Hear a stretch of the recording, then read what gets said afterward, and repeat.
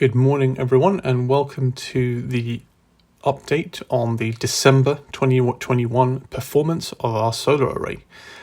So let's jump straight into it.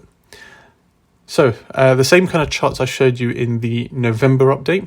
So first of all, starting at the top left, this is a graph taken from our energy providers portal, British Gas, and it says for the month of December, the house consumed 526 kilowatts, as in we pulled 526 kilowatts from the grid.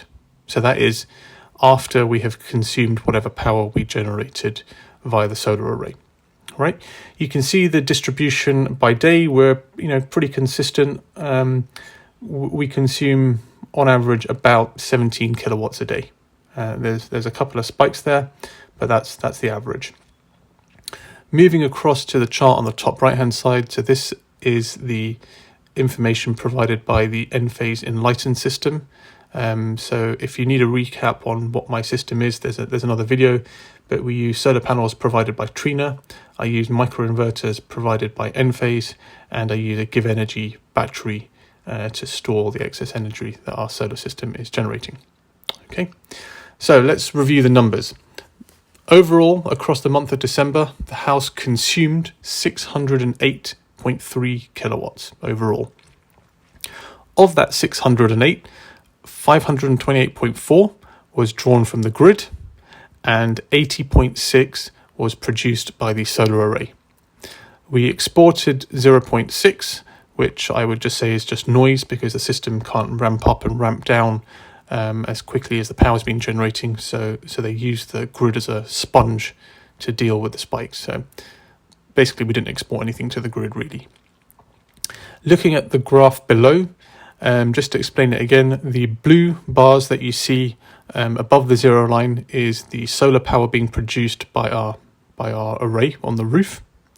The orange bars below the line is the total consumption for the house on that day. And therefore the grey bar above the blue bars on the top half of the chart is the difference that we had to draw from the grid, which is basically the solar array produced. If we take the first day in the month of December, the solar array produced about 5 kilowatts, but the house consumed overall about 24 on that day. So the difference of about 19 kilowatts was drawn from the grid. So you can see we only had in the winter months, the best performance that the array seems to be doing is about 8 or 9 kilowatts generation at the moment. So you can see we only really had the 2nd of December as our best day. We had 3 or 4 other days which were reasonable, but overall December was a particularly cloudy month, and you can see on the majority of days, if it's cloudy and overcast, the system doesn't really generate anything from ambient light, and we were generating a trickle of like 1 to 2 kilowatts in total each day. So the statistics for the month of December is that only 13% of all the energy that our house consumed was produced by the solar array on the roof. The remainder was drawn from the grid. So finally, moving on to the chart at the very bottom. Again, this is a diagram with the layout of the solar panels on our roof. So the top half of that diagram are the panels on the front of our roof, which is east facing, and the bottom half is the rear roof, which is west facing.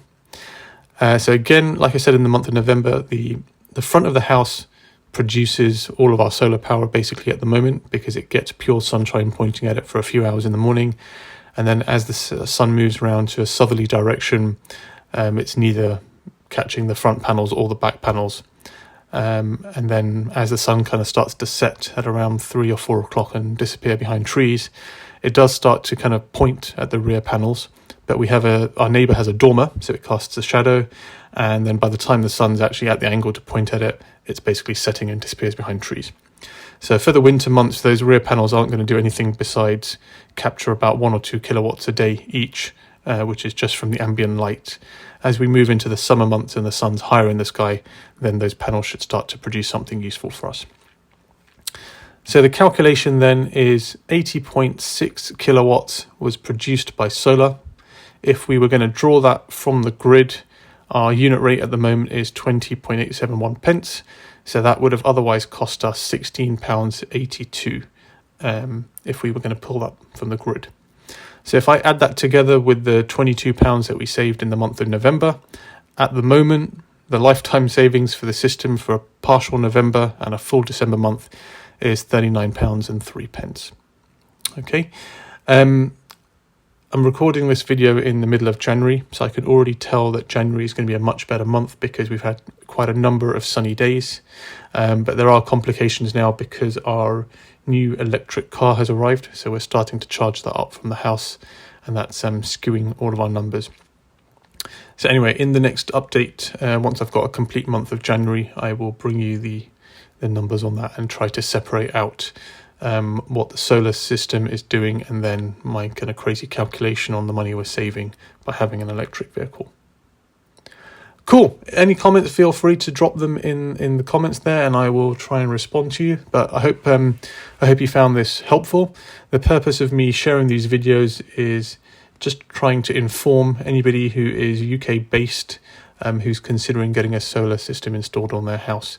I always found that the videos on YouTube seemed to be mostly by people in other countries, or they kind of didn't explain the numbers in the way I was looking. So I hope you find this short and sweet. As a recap, the house consumed 608 kilowatts in the month of December. We imported, according to Enphase, 528 from the grid. British Gas thinks we imported 526 kilowatts, so that's what they've charged us for. And we produced 80.6 kilowatts of solar power from the array in the month of December. That tiny little discrepancy between what British Gas says we consumed and what Enphase says we consumed, it's 2.5 kilowatts. I'm not going to get hung up on who's right. The bottom line of getting solar is to save yourself some money and go green. So I'm going to use the metric from British Gas because that's what they're charging me for. The discrepancy, I would put it down to the CT clamps, basically. Probably some tolerance in the way the way it's clamped onto our system. Looking in my cupboard now with the EV chargers installed as well, we have about 5 or 6 different CT clamps all bundled around the same incoming tail. So I think it's just a kind of a quality and tolerance thing in the CT clamp. Cool. All right. Well, I'll catch you in the next video.